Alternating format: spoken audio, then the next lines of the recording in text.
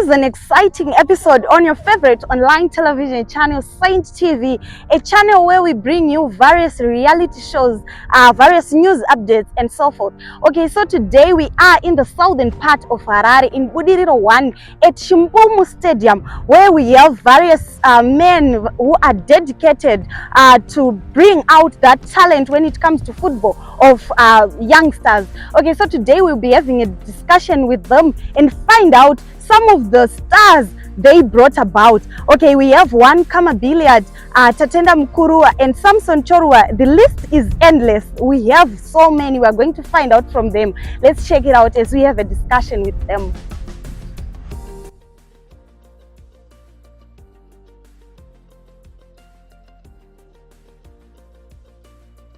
Tiripo magadi yenyu tete Selma. Awa tiripo yedu. Mungasanganewo here nemaviewers edu muvaudzewo kuti imi munoitwani uyezve munoita nezvei munomubudirira. Maita basa tete Selma. Ini ndinonzi Claudius Mfandaedza. I am the chairman for Budiriro Ghana's Football Club and Academy. Budiriro Ghana's Football Academy as a club was formed in 2004. However, we have a great wealth of talent irimatiri pa NeVamwe vakaita kuti ive pairi nhasi. Most importantly, tina Khama Biriat is our technical director. Ndivo munhu akatanga kutoitisa junior football as far back as probably 1987, if I'm not mistaken. Is tichitoriwo vadiki. And the things he did and the results that came out of it, zvakatozotimovate isusu vakauyawo later to join him so that we can have something much stronger than what was there before, because unfortunately Khama Biriat suffered from kubirwa talent a producer vasina chino benefit Ivo as a person. And we also have Nana manager and Nama vice chairman vatakashanda navo along the way. In personally, I had a franchise Vebhora tichitambira mu division 4 way back in 2004, and ndichiri kumbogara somewhere in Greencroft. But pandakauya kuno kubudiriro as a visitor, I saw something very good, the talent which was on the ground Khama Biriat vachita basa ravo, and it lured me to come here. And I had no choice but to join him. And actually, I am now a permanent resident of Budiriro. I think I can attribute to Khama Biriat because of that. So there are some talents that I discovered Mashure. I think when you get a chance to speak to him, Vachataura personally, my players, Mashure. Of course, I know them, but I think it's prudent Kutiwo as the person Angari in charge then, Panokuzai. But in Pandaka Zoyo Kunoko, I joined forces with him in 2006. I think a couple of years after the formation of Avoli Ganas, as it were, Takaze Chinja Zita, when we came here to Budiriro Ganas. Now, okay. Pamaka chinja zita yaimbonzi chi kuti muzochinje zita muchiita Budiriro Ganas. Paine inonzi Avoli Ganas, the franchise. Division 4. Kunoku Khama Biriat kudhara vanga vachizikana kunzi kune inonzi Inoben. Right. Pana vamwe vanonzi Mukoma Innocent vakazenge vaenda ku South Africa. Ndo vakambenge vaina Khama Biriat. Unfortunately pavakazoenda ku South Africa, Khama Biriat vakasara vavega. But vanga vaine vamwe vanhu vayonawo vakaita sana Mr. Mazorodze, Elliot Mazorodze is now the team manager, by the way. Ndo vakanga varipo. But pandakazouya inini ndichizobatanawo nevanhu vakaita sana Gift Muteri, who is now my vice chairman. Ndo patakazo ndo approach Khama Biriat. Khama Biriat, when you have a good project yaminayo. Isusu we have a division franchise. Vafana, let's create a platform yokuti vanosvika kuma under 17. Vanenge vasina kukuenda nditi. We give them competitive football. Like right now Tatim Division 2 patakazo mira kutamba. I think I'll explain later what happened. Ndo zvakaita kuti tibatane. He is now a technical director. He is a director in the club. Ini ndinoitwa Elliot Mazorodze, ndiri team manager weBudiriro Ghana's Football Club and Academy. Tinoshanda tiri pano paChimbumbu. Ndinoshanda nemurume wandinaye. Basa redu rese mungamunzwa vachitaura. ini ndinonzi Gift Mteri kana kuti Mahalera rinozikanwa mumusha. Ndiri vice chairman weBudiriro Gunners and Academy. Tinoshandira tiri pano paChimbumbu tichikurudzira vana kuti vatambe bhora nekuvabvisa mumadrugs. Ndizvo zvizhinji zvatinowanzonge tichiita zvedu pano paChimbumbu. Okay, ndakunzwai muchitaura kuti paChimbumbu. Sei pachinzi ndo zita racho here kuti Chimbumbu? 1996 ground iri richivhurwa,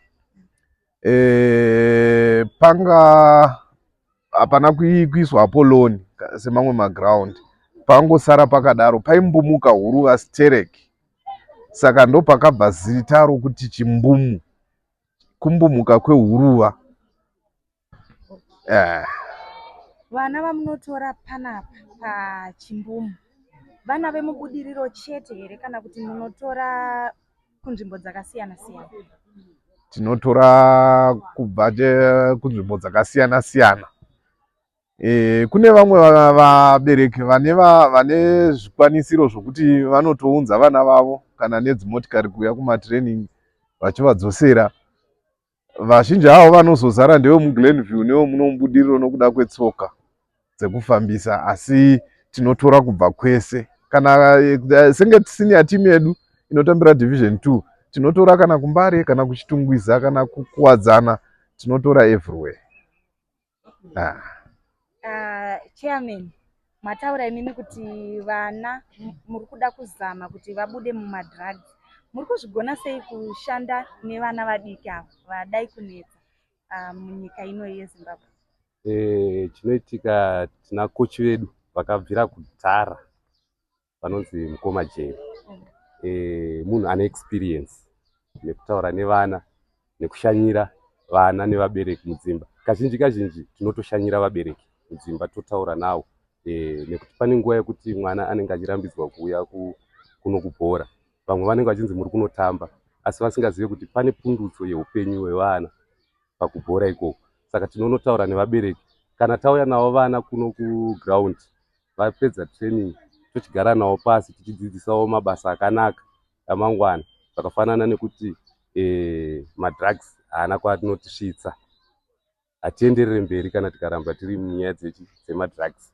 Saka vana vazhinji especially kubva kuma-under 8 kusvika kuma-18 under 18 ndo vatinonyanya kukurudzira kuti vasiyane nezvemadrugs. Asi tinoona zvichifamba nekuti vazhinji vacho vari kuteerera ende vazhinji vacho vakabuda vakaenderera mberi zvakanaka nemitambo yavo. Apa ndamira nacoach technical director weBudiriro Gunners Football Club. Tinoti vambonyatsotiudze ivo kuti vakambobva nechekupi kuti vazosvike pavari nhasi uyezve vaproduce vana vakawanda vari musoka. Okay, makadizve? Tiripo makadizve. Tiripo. Mungasanganewo here nemaviewers edu muvazivise kuti imi munoitwani uyezve munoita nezvei kunyanya takatarisana neBudiriro Gunners Football Club? Okay, zita rangu nonzi Jerry Mutambarika. Vamwe vanondiziva saBlajedza. Ndo zita randizikanwa maCircles eBhora. So ndakatanga kuGlenview it was 1987. 1987? Yeah.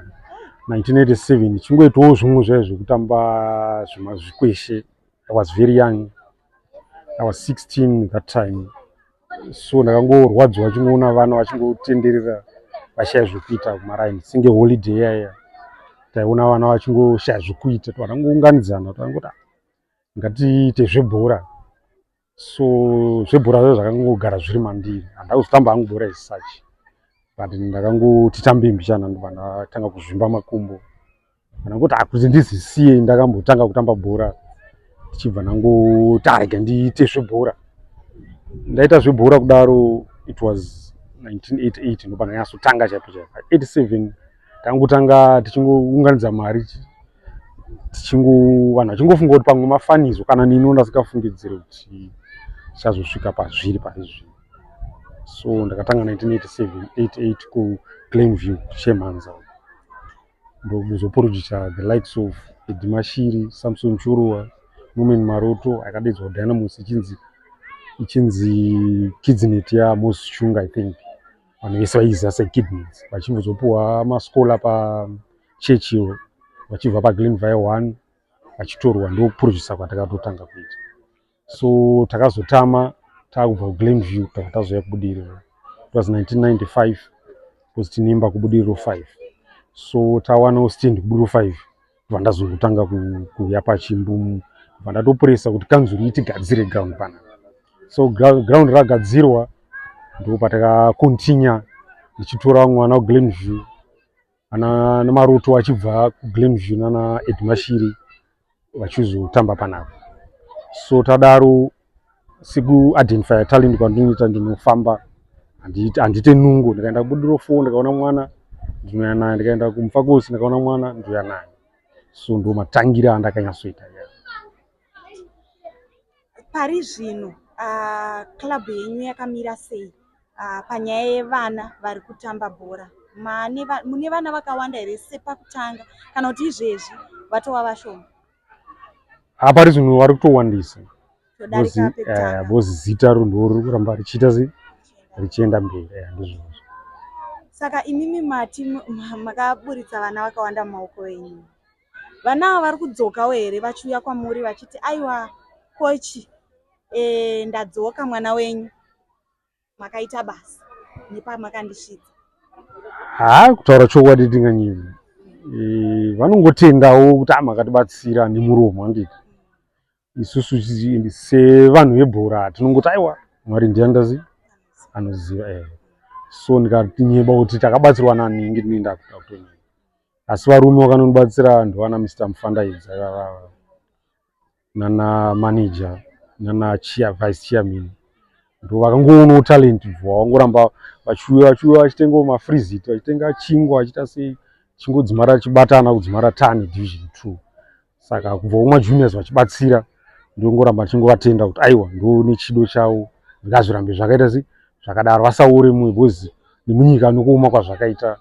Ndofunga vamwe vabereki chaivo unototi wakati dhora pamwana mubereki anogona kusunga achitoti aiwa kunge extra lesson kuri nani, but mwana kana abudirira vanotongotenda kuti mwana akutamba bhora zvikadaro zvichienda zvakadaro. Okay, imimi sakochi akatanga 1987 ndezvipi zvishuviro zvenyu kuti vangave kune vana vamakaburitsa maoko enyu imimi kana kuna anyone ari kutiona izvezvi? Ndechipi chishuviro chenyu chiri pakati pemwoyo chekuti munoti ichi chikagadziriswa aiwa ndingafare sakochi webudiriro Gunners Football Club? Chishuviro chikuru ndechekuti dai pawano someone anobatsira because maballs chaiwo tinoti equipment inge chinetsa handiti. So takainge tine equipment inoproducer the best zvakare. Ndofunga shuviro redu ndeyekuti nerimwe remakore division 2 yacho ikange yapo togona kuenda mudivision 1 muzungu wata mupremier sezvazvakaita mabvuku kwangu neSecosmint yanga iri yemucommunity yemabvuku. So chishuviro ichocho ndechekuti dai paitawo mumwe munhu anotibatsira, but tichibatsirikana kudaro tikawana iri transport chai mode of transport inova ndo inoita kuti vanhu vaende kubhora, paita munhu anongotipowo iri transport nokuti chinoita kuti sponsorship chaiyo inonetsa. Rabo iri transport like tinozvimirira tega tichienda kwatinoenda, kana mota iyo tisinawo zvatikuita inenge ichingofamba ichizopemawo mari zvichidaro. Nokuti mazuva ano kuti utikumbire kuti ndoda $10 ndoda $20 ndoda zvakati, munhu anofunga kuti pamwe toda kuisa mari yemhomwe kana kuti ana Mr. Mufandaidza vanofungidzira kuti vada kudya mari, ivo vane chido nepashoni yekuti zvinhu zviende kumberi. Aiwa, tinokutendai nenguva yamatipa kuti tigone tichitaura nemi musi waranhasi. Aiwa, ndinotenda zvona.